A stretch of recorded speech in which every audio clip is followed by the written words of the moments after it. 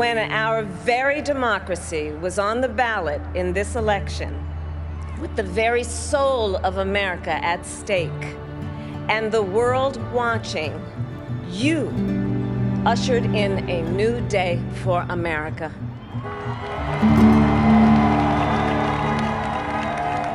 You did that. You voted like never before, and you ushered in a new day for America.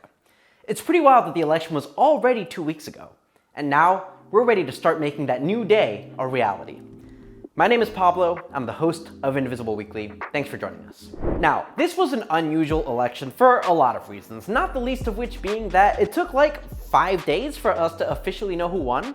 It's also unusual because the current president still refuses to concede that he lost to Joe Biden and Kamala Harris. But he did lose, by a lot. So as unusual as things are, the presidential election is behind us. And we need to talk about what's next, because we have a lot of work to do.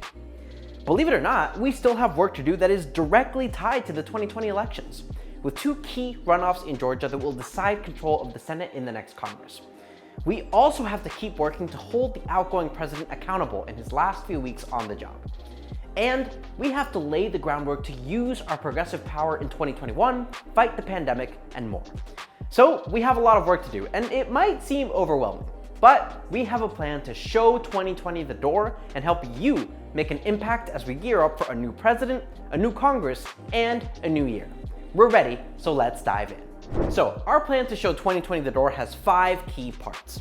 Number 1, we're going to fight to win the 2 Senate runoffs in Georgia on January 5th and take the majority away from Mitch McConnell. Now, we're proud of the deep organizing work we've already done in Georgia, and we're gearing up with folks on the ground to dig in even deeper in the months ahead. Now, Joe Biden turned Georgia blue, so we know that we can win these Senate races. And we also know that we have to, because the Senate majority is on the line. So we're ready for this fight, and we'll have more information on how you can get involved in the days and weeks ahead. Number 2, we are going to stay vigilant with the current administration and work to fend off any last-minute Trump catastrophes. Now, we've known all along that in addition to being a cruel racist with an authoritarian streak, Trump is petty, destructive, and only cares about himself. And now that voters have decisively voted him out of office, we're bracing for a full-blown temper tantrum. Now, that might mean going after the CDC or health officials who haven't been sufficiently loyal. It might mean letting Stephen Miller pursue his favorite horrible immigration policies. Or maybe it's something entirely different. Whatever happens, we'll be prepared to respond with the confident mandate that voters just handed Joe Biden. And we know that whatever Trump tries to do, Indivisibles will flood phone lines, show up at district offices, or do whatever it takes to stop it. Number 3, we need to lay the groundwork for a better 2021 by bolstering the House progressive voting bloc heading into the new year. Now, there are links in the description below that explain how we expect and hope a progressive voting bloc will work, and how you can help change the rules in the House to ensure that Democrats don't limit their own power. Number 4, we need to make sure that President-elect Biden makes good early personnel choices. Now, we know that within the executive branch, personnel is power. I mean, you need to look no further than Trump's own staff picks like Stephen Miller or Betsy DeVos to see how one single powerful person can move their agenda within an administration. So we want to make sure that Joe Biden picks the best of the best for his team. And we have more information on how he can do that in our Showing 2020 the Door plan, which is linked in the description below. And finally, number 5.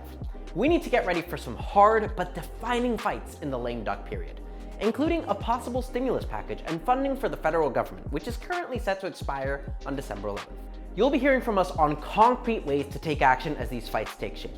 We'll demand relief for people who have been hurt, a real plan to bring this pandemic under control, and a funded federal government. We're going to have a chance for wins, but we're also going to be highlighting every instance of Republican obstruction and the inadequacy of the Republicans' offers on both the spending bill and a potential stimulus package. As always, we'll be doing our best to make any proposal as strong as possible and get it across the finish line. And we'll need your help every step of the way, so stay tuned for ways that you can get involved. Once again, you can find a link to our Showing 2020 the Door plan in the description below, and you'll find other links to get involved there as well.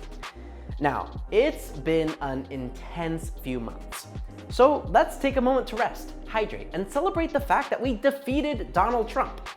And after that, we're excited to be right back in the fight with you for Georgia and to answer the defining questions of the lame duck period as we look ahead to a better 2021.